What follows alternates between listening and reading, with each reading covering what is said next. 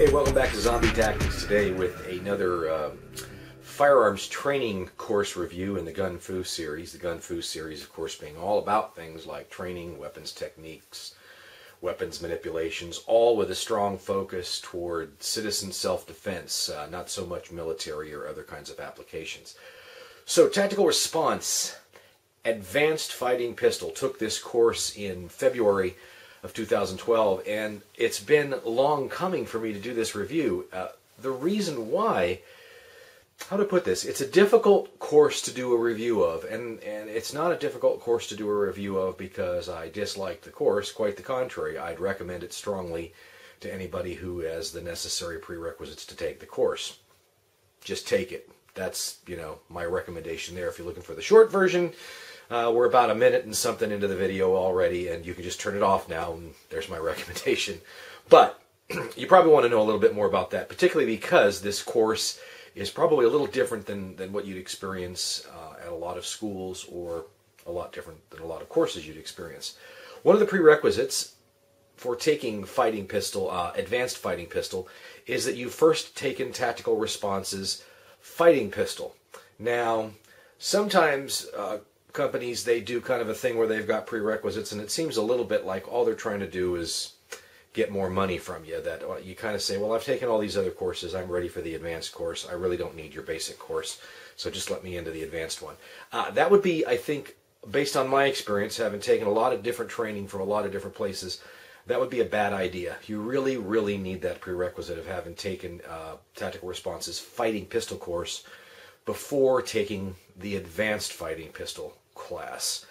There's just too many things that you might not be aware of, or may not be aware of the way that Tactical Response does things, and it would actually end up being either, one, a safety issue for you to participate in the advanced course if you hadn't gone through the first one, or it would be a source of frustration for you because you may not have certain skills that they'd like to have up to snuff in a particular way, up to the level where you're really going to be up with the rest of the class, and you're going to feel like you're lagging behind and all kinds of things. So definitely, you take fighting pistol first. That's just word of the wise, and it really doesn't matter what other schools you've been to.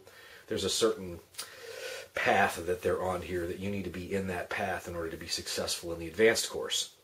So I said this is a difficult review to do. Why is that? Well, it is because the course is not what a lot of typical advanced level courses would be, which is we're going to do everything we did in the basic course, only we're going to do it harder, faster, and more shooting and less talking.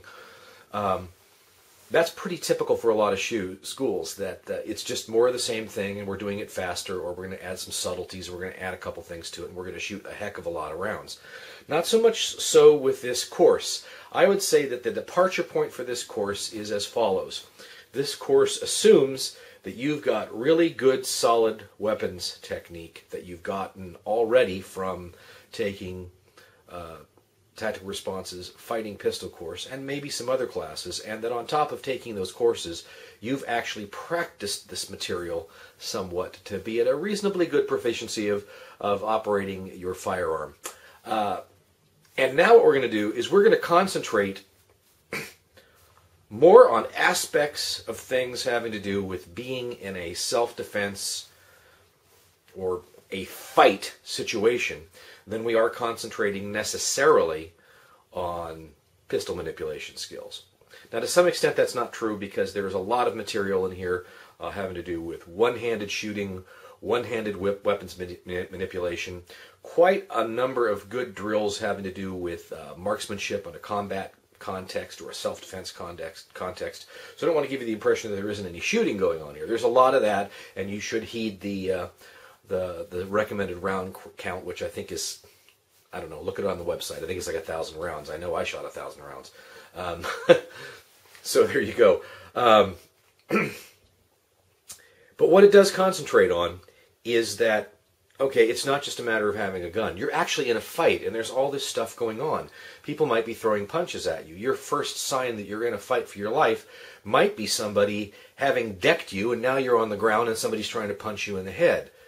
A gun's going to get into the situation, but it's not just about the gun. It's about the fight, and it's about all the things that you might experience during the fight. So in addition to all that stuff about firearms manipulation, one-handed shooting, one-handed weapons clearance and malfunction clearance and reloading and all this kind of stuff, and using incidental things in your environment to your advantage.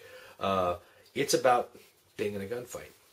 And so there are a number of drills that are used to simulate certain effects of physical things that you'll be experiencing if you're in a fight for your life, if you're in that self-defense situation, if a guy and his buddy at some supermarket or whatever decide to pick on you as their target. So all these exercises, it's difficult to show pictures of them. I'm going to just show random pictures of random things, and you're going to kind of go, what the heck is that about? You really won't know unless you take the course, but this is all material designed to simulate what it's like to be in an actual fight, and to give you some taste of that adrenaline rush, that tunnel vision effect, the fact that you might be a little bit groggy or not really seeing clearly or whatever, but you are nonetheless in a fight and you must work through to prevail.